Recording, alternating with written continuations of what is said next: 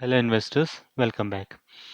आज हम डिस्कस करने जा रहे हैं कि अदानी स्टॉक्स और उनका इम्पैक्ट आपके म्यूचुअल फंड पोर्टफोलियो पे कैसे पड़ा होगा।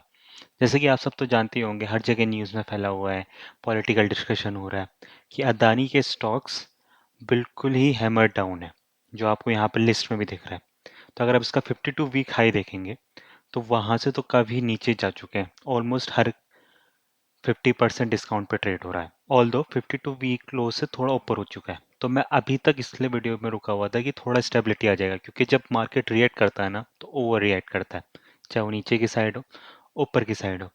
अब हर किसी ने हिंडनबर्ग की रिपोर्ट एनालाइज कर रखी है, अदानी के साथ कॉर्पोरेट गवर्नेंस में क्या फ्रॉड हुआ तो वो एनालाइज कर रखा है।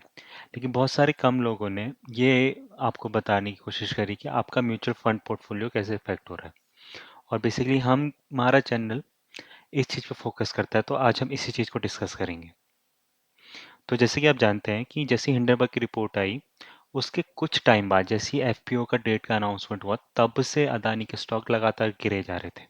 लेकिन अभी भी वो थोड़े स्टेबल हो चुके हैं, फिर भी बहुत दूर है 52 वीक हाई से, जैसा आपको दिख रहा होगा। और अगर उनका पीई देखेंगे तो वो अभी भी काफ़ी हाई है।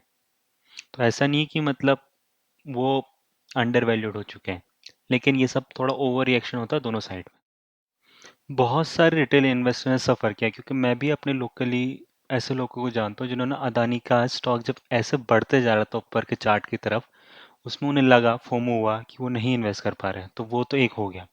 दूसरा इम्पैक्ट, एलआईसी की लगभग हर घर में पॉलिसी होती है कोई ना कोई, और एलआईसी ने इसमें काफ़ी इन्वेस्ट किया जैसा आपको चार्ट में दिख रहा है, और उसका वैल्यूएशन काफ़ी सफ़र हुआ है इस डाउनफॉल के बाद। ऑल्दो ये रिपोर्ट थोड़ी पुरानी है, लेकिन स्टिल इनडायरेक्टली तो आप इम्पेक्ट हुए होंगे। तीसरी बात, जो इसमें से चार स्टॉक्स हैं वो किसी ना किसी म्यूचुअल फंड के हिस्से में आते हैं। एसीसी इनडायरेक्टली अंबुजा सीमेंट को इन्होंने खरीदा था। देन आपका अदानी एंटरप्राइजेस और अदानी पोर्ट्स निफ्टी 50 का पार्ट है। तो अगर कोई भी पैसिव फंड है तो उसको इसमें पैसा तो डालना ही पड़ेगा, क्योंकि वो एक्टिव मैनेजमेंट नहीं है। लेकिन मैं आपको एक ऐसा फंड बताने जा रहा हूँ जिसने इसमें एक्टिव एक्सपोजर लिया था, और वो एक ही मेन फंड है जो बहुत ही बढ़िया परफॉर्मेंस दे रहा है पिछले कुछ सालों से, अगर आप उसकी परफॉर्मेंस देखेंगे। लेकिन उससे पहले बताने के बाद उस फंड इन्वेस्टमेंट थीसिस आपको बताना चाहूँगा। वो मोमेंटम और वैल्यू का कॉम्बिनेशन करता है। तो अगर आप इसका पीई रेशियो देखा आपने, तो आपको पता चला होगा कि इसने कौन सी कंपनीज में इन्वेस्ट नहीं किया होगा, कौन सी कंपनीज में इन्वेस्ट किया होगा। अगर आप उसका आंसर दे सकते तो बहुत बढ़िया बात है। तो बेसिकली अदानी पोर्ट्स और अंबुजा सीमेंट में इसमें इन्वेस्ट किया था। ये उसमें इस लिस्ट में अंबुजा सीमेंट नहीं है। उन दोनों का पी रीजनेबल है। अदानी पोर्ट्स का 20 के आसपास है और उसका अंबुजा का 40 के आसपास है। यहाँ की तरह नहीं कि 186, 318, 227 है। तो ये म्यूचुअल फंड है, क्वांट म्यूचुअल फंड। आपको 72 वीडियोस मिलेंगी कि क्वांट ने ओवर परफॉर्म क्यों करा है। और इसका रीज़न ये भी है कि अगर आप इसका 3 ईयर रिटर्न देखेंगे, 5 ईयर देखेंगे, 10 ईयर देखेंगे, तो ऑलमोस्ट हर किसी में नंबर वन है। Number one, number one, number one, number one, number one. तो बेसिकली इसने बहुत ही बढ़िया परफॉर्मेंस दी है। लेकिन क्योंकि ये मोमेंटम बेस्ड इन्वेस्टिंग करते थे, तो जब मोमेंटम ऊपर होता है तो उसके साथ राइड करेंगे ऊपर। लेकिन जैसे ही मोमेंटम का डायरेक्शन चेंज होता है तो वो नीचे की तरह राइड करेंगे।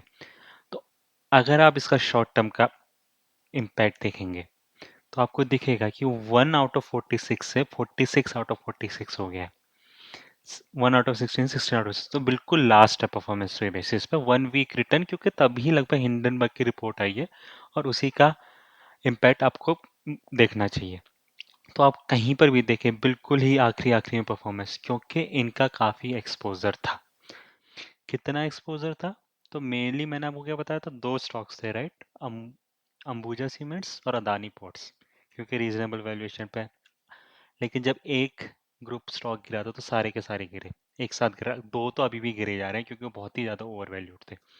तो quant large cap, ESG, flexi cap, इन सब में इसका था। और अगर आप इसका क्वांट इंफ्रास्ट्रक्चर फंड देखेंगे तो उसमें तो इनका बहुत ही हाई एक्सपोजर था। ऑल्दो अगर आप देखें तो इसने सारा एक्सपोजर घटाने की कोशिश करी है 31 जनवरी पे।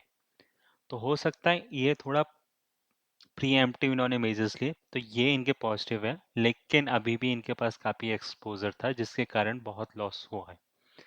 तो अगर आप सोच रहे होंगे कि अरे यार मेरे पास तो क्वांट फंड था, मुझे बेच देना चाहिए, कैसे फंड मैनेजर्स हैं ये प्रेडिक्ट नहीं कर पाए, यहीं पर आप गलत हो सकते हैं, क्योंकि ये बहुत अच्छा परफॉर्मेंस दे रहा है, बहुत ही क्वांटिटेटिव वाला परफॉर्मेंस है।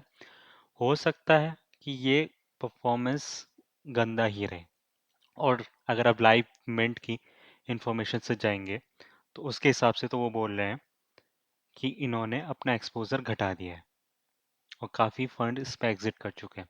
तो अगर आपका क्वांट का फंड का इस मंथ एंड के रिपोर्ट पे पता है, क्योंकि मंथ एंड में अपना पोर्टफोलियो डिस्क्लोज करते, तो एक जनवरी एंड में तो पोर्टफोलियो में था, लेकिन अभी क्या पता ना हो।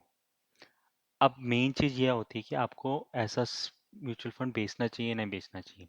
तो इम्पोर्टेंट होता है कि आपको फ्यूचर का पर्सपेक्टिव क्या है, उसका पोर्टफोलियो कैसा है। मैं हमेशा ही इस पे एम्फेसिस देता रहता हूँ कि आप पास परफॉर्मेंस पे मत जाइए, क्योंकि पास परफॉर्मेंस फ्यूचर परफॉर्मेंस में हमेशा ट्रांसलेट नहीं होती है।